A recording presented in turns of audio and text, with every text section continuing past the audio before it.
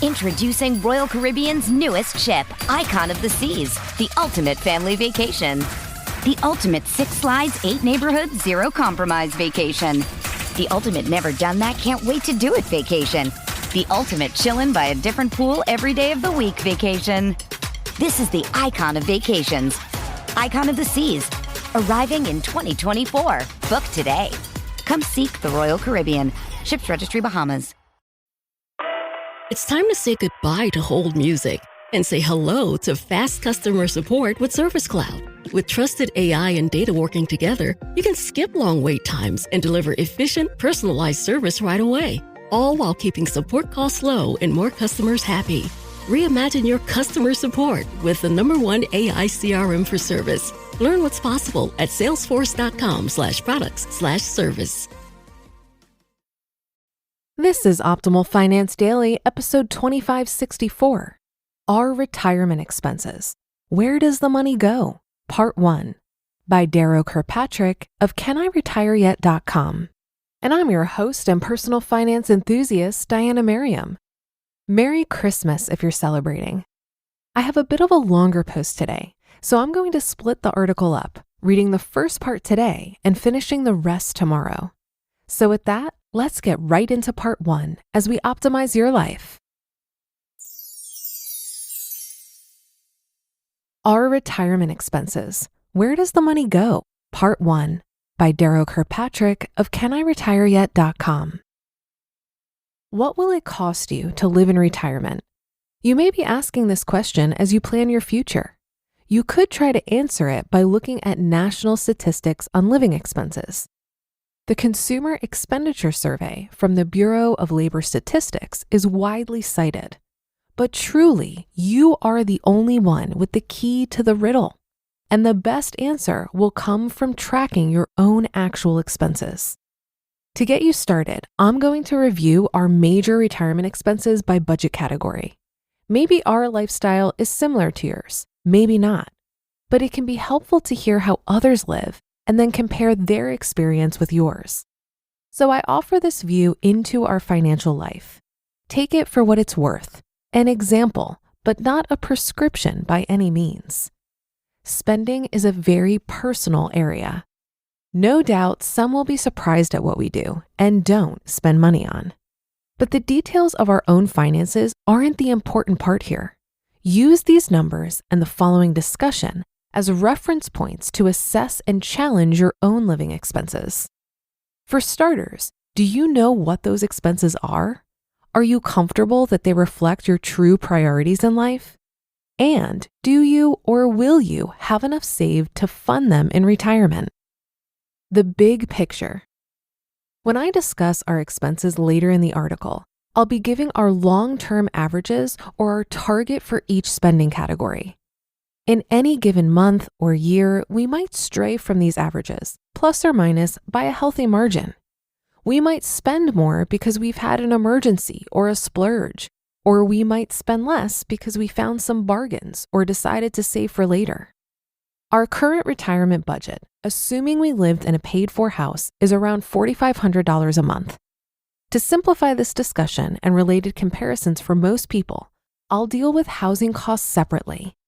I tend to discuss living expenses with housing separately because most people are living in a paid-off house at retirement, not paying rent as we are now.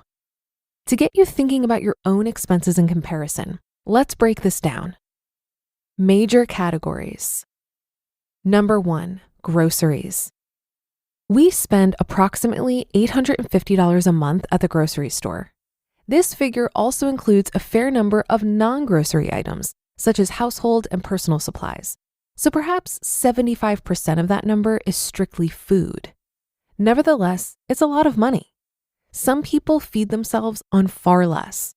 But diet is an area that we prioritize. We buy lots of fresh produce. We buy organic when recommended and not exorbitantly expensive. We could probably do better with pantry management and shopping on sale, but we've made improvements. Altogether, we think that purchasing good food is money well spent, supporting good health and a high quality of life. Number 2, healthcare. We spend about $600 a month for our group health insurance plan through Caroline's public school teacher retirement system. In addition to that, we budget about $500 a month for medical and related health expenses, co-pays, deductibles, prescriptions, massage, etc. For many years, we spent less than this. Last year, we spent more. We are getting older. Many of those recent expenses shouldn't repeat, but you never know. The difficulty with medical expenses is that they can be so unpredictable. Number 3, recreation. Even though it's optional in one sense, this is important to us and one of our largest expenses at about $900 a month. It relates directly to the quality of our life in retirement. That figure is split about evenly between dining out, travel, and other. Those other expenses include outdoor gear, books, movies, shows, and classes.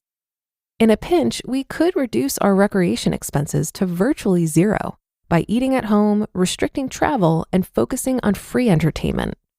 At times, we've done that, or close, and we could do it again if we had to. Number 4, transportation.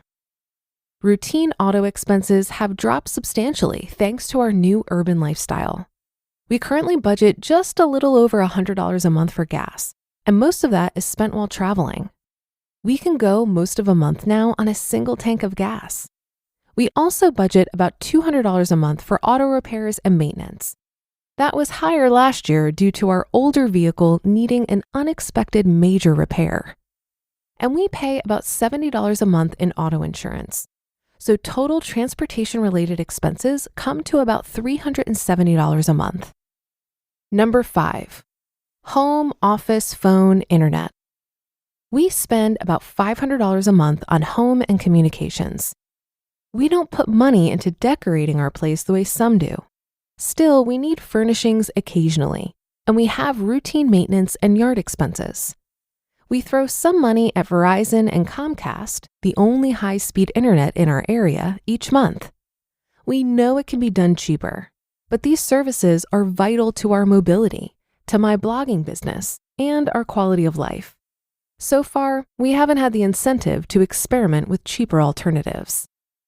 Number 6, hear that on tomorrow's episode. You just listened to part 1 of the post titled, Our Retirement Expenses, Where Does the Money Go? By Darrow Kirkpatrick of CanIRetireYet.com.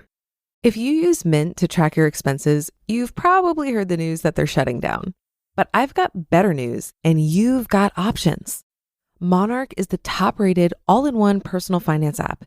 It gives you a comprehensive view of all of your accounts, investments, transactions, cash flow, net worth, and more. Plus, create custom budgets, track progress towards financial goals, and collaborate with your partner. And now listeners of this show will get an extended 30-day free trial when you go to monarchmoney.com/OFD. I moved from Mint to Monarch earlier this year in an effort to better manage finances with my Midwestern gentleman.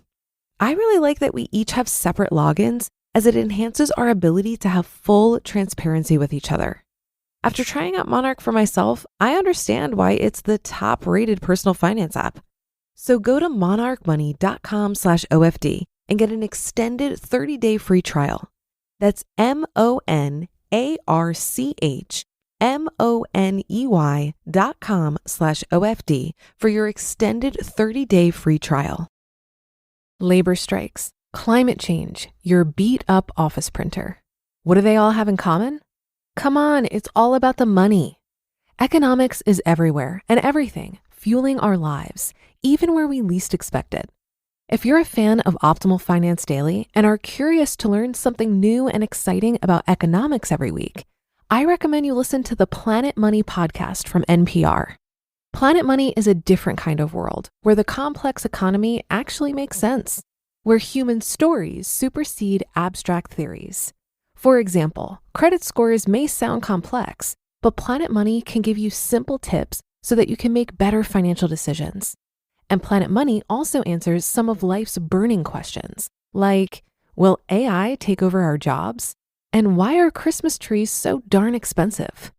The Planet Money team lives to tell a good story in around 30 minutes. It's econ for the rest of us. Tune in to Planet Money every week for entertaining stories and insights about how money shapes our world. Stories that can't be found anywhere else. Listen now to Planet Money from NPR, wherever you get your podcasts.